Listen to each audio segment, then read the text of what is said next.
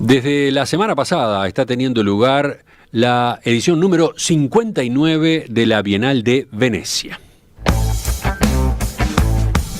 Con la curaduría de la italiana Cecilia Alemani, este evento fundamental de las artes en el mundo lleva este año el título La leche de los sueños.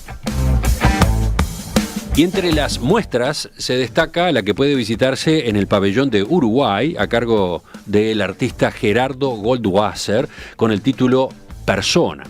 En ella este creador se nutre de su historia familiar, la de un abuelo que se salvó del Holocausto porque sabía coser uniformes militares. Bueno, en aquella historia se basa para crear un proyecto interactivo que ha dado mucho que hablar a quienes llegan hasta ese lugar. Está pendiente para dentro de unos días una charla con el propio Goldwasser y con los curadores que trabajaron en esa exhibición. Pero hoy les propongo un primer acercamiento a la Bienal de Venecia, que sigue abierta hasta el 27 de noviembre.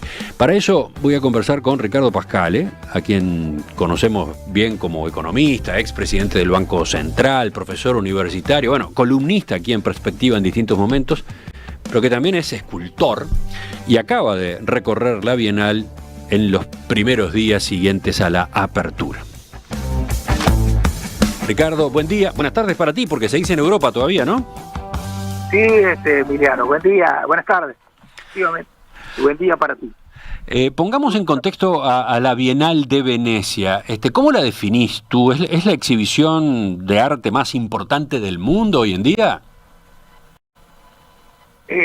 Como tú sabes, en arte siempre es muy difícil decir qué es lo más importante, pero sin duda es la de más tradición, ya tiene más de 100 años, cada vez tiene más países, cada vez se van perfeccionando la exhibición y realmente se puede decir que es la más importante del mundo. Puede haber de repente exhibiciones, hay también algunas otras, como la Documenta en Alemania, que es muy buena,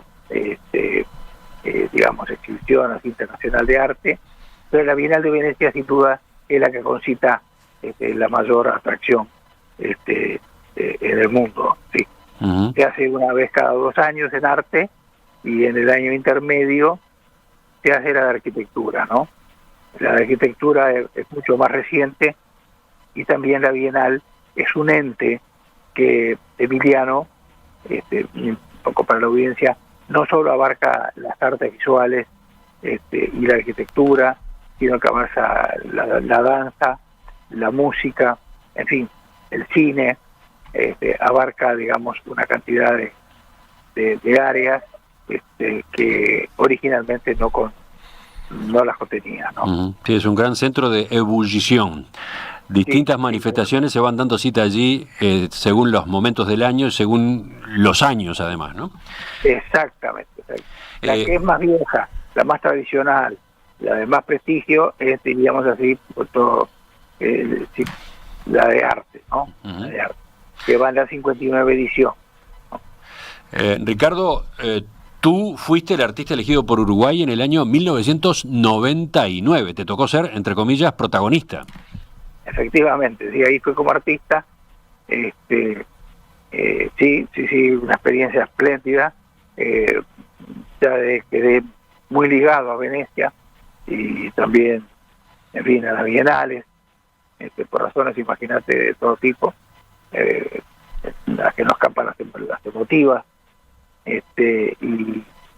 Y bueno, y así voy a cada bienal de arte, a las de arquitectura si puedo también, porque me interesa mucho, y la verdad que este año ha ido Gerardo Goldwasser, que es un gran amigo y un gran artista, y además tuvo la curaduría de Pablo Uribe, que es un gran artista también, que estuvo en Venecia ya como artista, que tú lo vas a entrevistar a ellos, y a la señora Laura Manosetti, que fue también curadora, y la comisaria del envío fue la directora del Instituto Nacional de Artes Visuales, Silvana Berg. Ujú.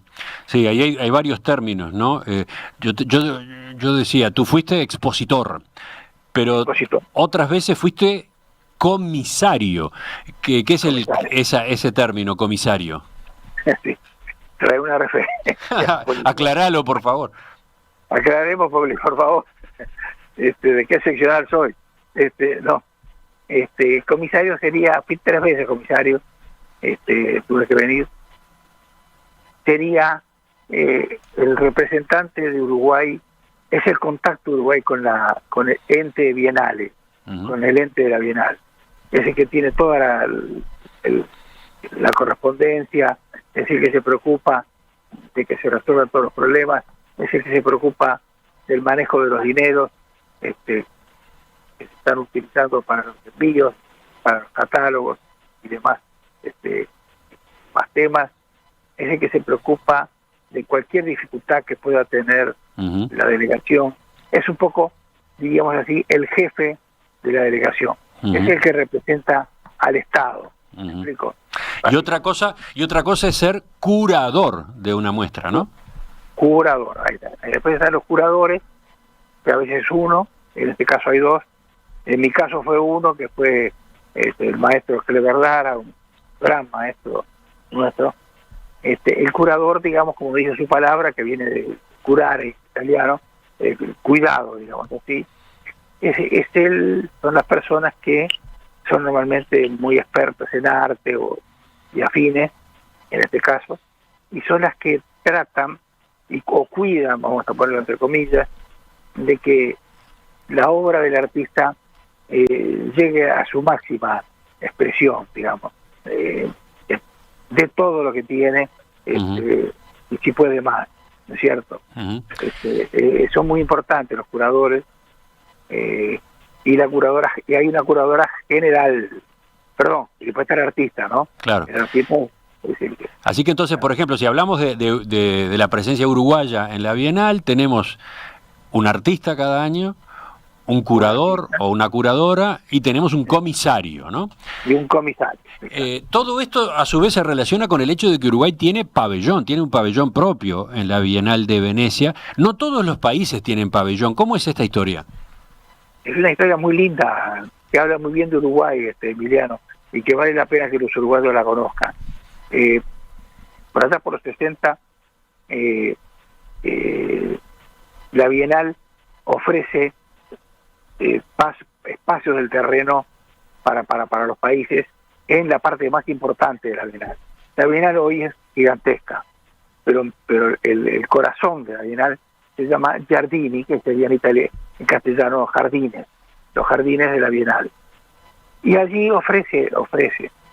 Y Uruguay tenía un embajador que era el señor Ponce Echeverri, hermano de aquel distinguido político, ¿te acuerdas? Eduardo Ponce Echeverri, que era el embajador en Italia.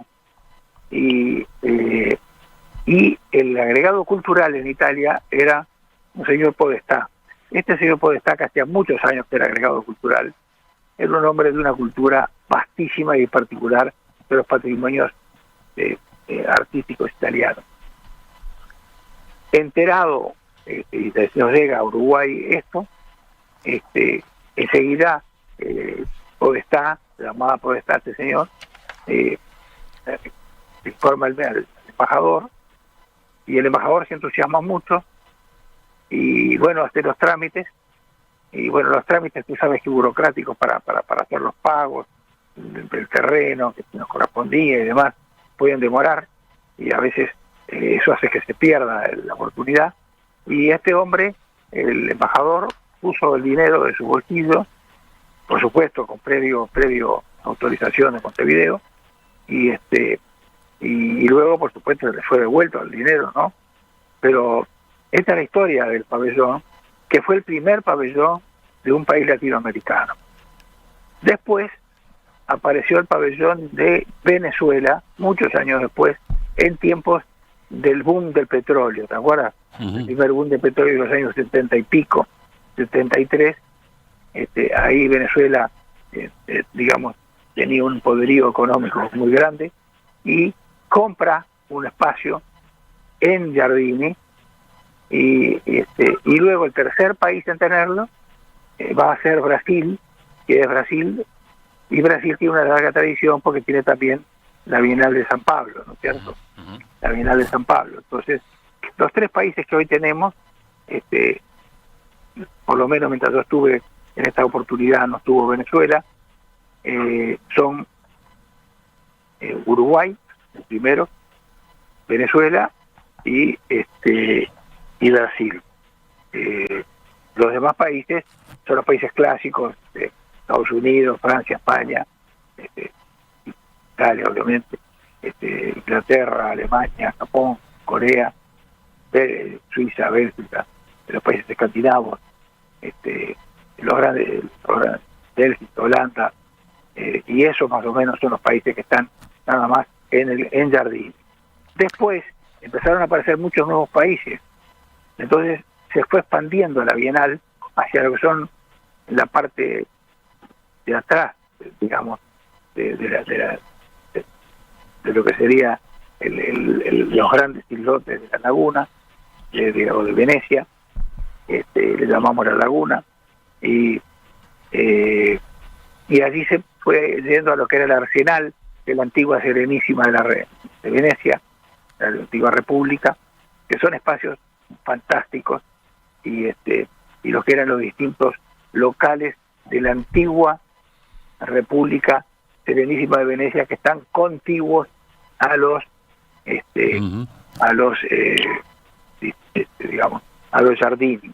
Y allí hay otros países latinoamericanos, y a veces, normalmente los países latinoamericanos tienen un grupo de países latinoamericanos que están dentro de algún lugar que alquilan, y hay varios países latinoamericanos. Es a grandes rasgos, digamos, la distribución del predio de la Bienal. Exacto. Ahora te pregunto por esta edición misma, mientras capaz que en la edición en video podemos poner imágenes tomadas de la web y tomadas de la cuenta de Instagram, pero te pregunto algo, a ver, una impresión general. Estamos hablando de una edición muy particular de la Bienal porque ocurre a la salida de la pandemia y en medio de una guerra en Europa. ¿Cómo están esas señas? ¿Cómo se notan o no esas señas en lo que está expuesto?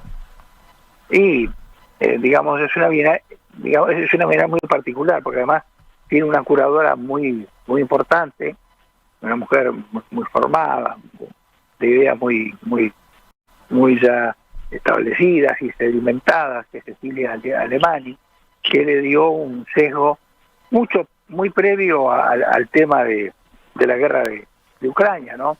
Ella ya está designada hace 2 años preparando esto.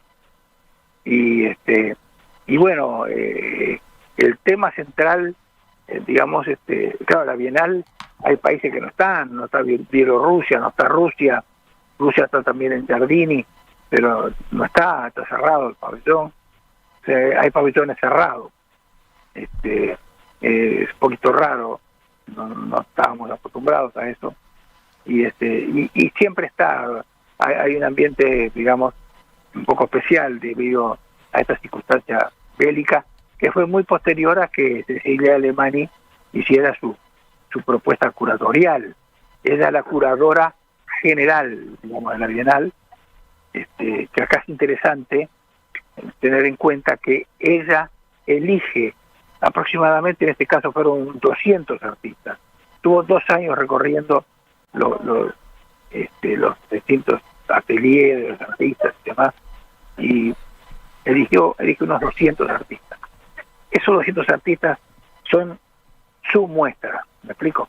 Son su muestra, si bien esa es la curadora general, y en este caso se llama La leche de los sueños, y ahora veremos por qué, el tema, pero es el tema central de lo que ella eligió.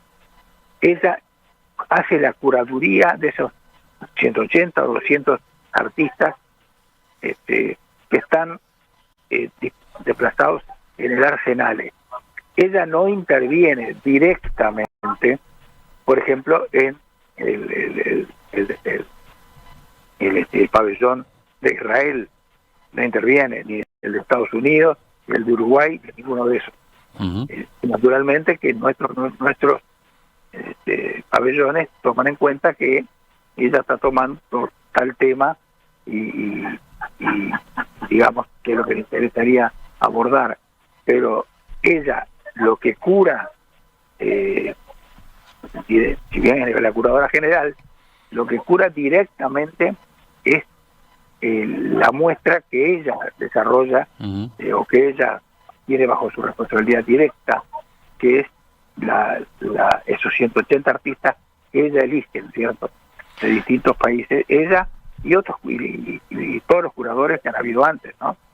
O sea, en una palabra, por un lado tenemos los pabellones nacionales y por otro lado, esto ha ido cambiando con el tiempo, tenemos lo que sería la muestra que hace, que es enorme, que es mucho más grande que los pabellones, que hace la propia curadora o curador, ¿no? Sí, tú mencionaste al pasar que el pabellón de Rusia está cerrado.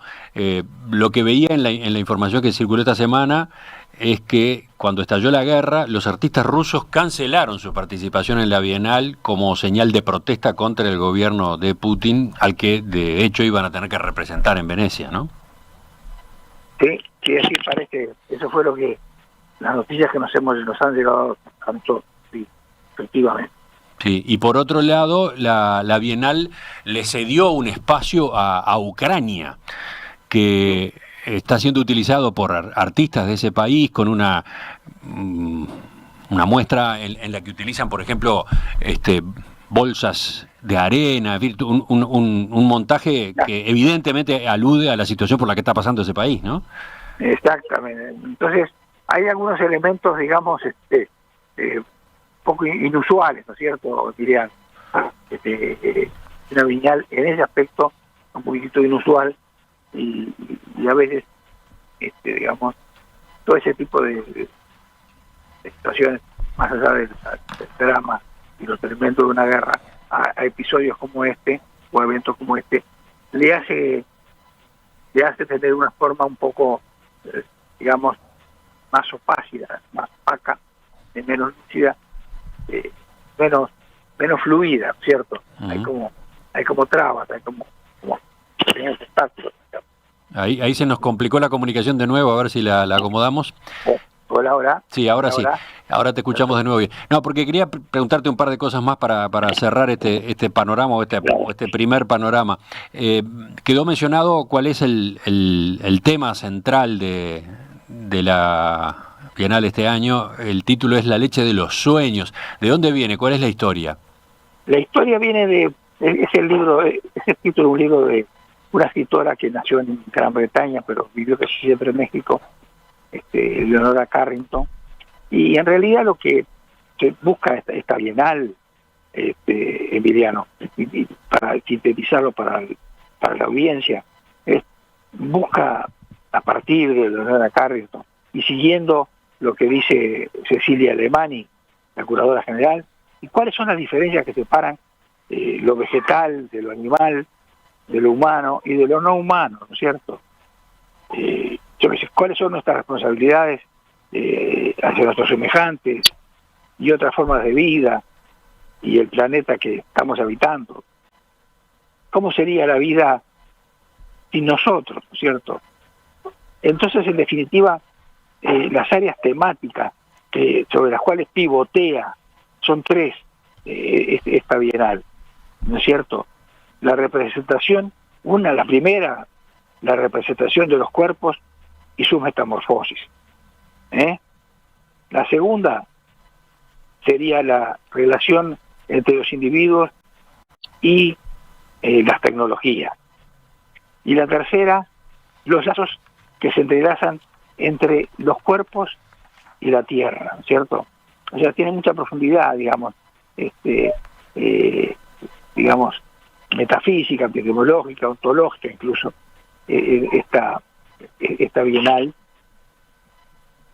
Cecilia Alemany le puso mucho énfasis en este tipo de entonces se ha visto un repertorio de obras de extremo interés de extremo interés, y también muy inusuales y disruptivas desde el punto de vista innovador, digamos, como técnicas digamos, artísticas. Y es el propio pabellón de Gran Bretaña, ¿no es cierto?, que toma el primer premio, y como pabellón, que contiene la obra de una artista británica, digamos, de origen afro, británica, pues, de nacionalidad, Sonia Boyce, que en realidad es un juego de sonidos como que no han sido escuchados antes. Es bien interesante, ¿no es cierto?, el enfoque, por supuesto, más allá de medios visuales que ponen, pero digamos, la originalidad que tiene esto es que, digamos, maneja voces y sonidos que han estado ocultos, han estado, digamos, que no han sido escuchados con anterioridad. Y para terminar, te pregunto de manera breve, para ampliar otro día, a propósito del pabellón de Uruguay, con la muestra a cargo de Gerardo Goldwasser, que es interactiva. Han dicho quienes llegan ahí que se sorprenden por el hecho de que aparece un sastre que le toma las medidas, anota, parte, como mencioné al pasar, de una historia familiar, la de su abuelo que salvó su vida de la violencia nazi porque sabía coser uniformes militares. ¿Qué impresión te dio? Que es una muestra excelente, la verdad que la que hizo Goldwasser y todo el equipo que colaboró con él, está compuesta, es una instalación, ¿está? Para que el público, ya lo hablarás con ellos más, con más profundidad, pero para darle una primera versión. Es una instalación, y esta instalación consta de 5 partes, digamos. Primero entras y hay un espejo, ahí vos te ves como persona, ¿está bien?, como una figura distinta a las demás, ¿sí? Después entras y aparece, digamos, una sucesión de mangas de un saco, la manga izquierda del saco, en color bajo, color oscuro, negro, digamos, y después aparece un centímetro, que es otro de los instrumentos que usan los sastres. No te olvides que mi padre era sastre también. Así que te toca de cerca también. Me toca de cerca y además lo interpreto mucho. Y después hay unas bobinas que es donde los sastres tienen la tela y donde van poniendo los moldes para cortar el traje, el saco, el pantalón, etc. Y como quinto elemento, como decir, hay una performance muy bien hecha, a mí me gustó mucho, por como, digamos, alguien que representa a un sastre y le toma medidas, tanto sea hombres como mujeres, que a veces se hace traje taller y demás, y todo eso conforma, digamos, una mezcla muy interesante digamos, de la vestimenta, cómo viste al ser humano, como dicen los propios autores, Goldwasser y demás, persona viene etimológicamente de máscara, ¿no?, del griego, y bueno, las personas nos vestimos y nos estamos poniendo una máscara, en definitiva. Entonces hay parte de esa máscara que es muy repetitiva, pero hay parte de esa máscara que es muy personal, ¿no es cierto? Entonces se da una confluencia muy linda de una cosa muy repetitiva, y como pueden ser las bobinas, como pueden ser las mangas, y por otro lado una cosa muy personal, propia, de que corresponde a cada persona, que es su medida, su gusto, mirarse al espejo, ver cómo el sastre le toma las medidas y demás. O sea que es una muestra de mucha calidad artística, formal y demás. No me sorprende, Gerardo Goldwasser, que fuimos los dos discípulos de Nelson Ramos, es un artista consagrado, digamos, de una gran experiencia, y unido a, digamos, a unos curadores de primera también, ¿no es cierto? O sea, Uruguay, en general, yo te diría que desde que voy, que fue la primera, y fue cuando Gonzalo Fonseca hizo una muestra espléndida de escultura, hace esto muchos años, algunas décadas, unas cuantas décadas. Uruguay ha tenido siempre una muy digna representación muy correcta, muy buena desde el punto de vista artístico, y así se le reconocen por las propias autoridades de la Bienal y los críticos y la prensa especializada y demás. Siempre así. Y este caso de Gerardo Goldwasser no hace más que confirmar esta tendencia que Uruguay ha llevado. O sea, Uruguay está muy bien en la Bienal representado, con una obra muy bien concebida, con mucho pienso atrás. Volveremos sobre ella, volveremos en una nota aparte dentro de unos días, más allá de que en la emisión en video ahora, junto con imágenes de la Bienal en general, que ya han ido saliendo al aire, también van a estar las fotos o algo de video sobre este espacio en particular, el del pabellón de Uruguay. Ricardo, te agradezco entonces esta visión panorámica, estas primeras impresiones. Queda todavía un trecho largo de la Bienal de Venecia por delante. Nos reencontramos con y eventualmente algún otro tema contigo en los próximos días en el programa, ¿de acuerdo? Sí, como siempre, un gran saludo y a la audiencia y muchas gracias por la invitación. Hasta pronto. Chau, chau. Hasta luego. Chau.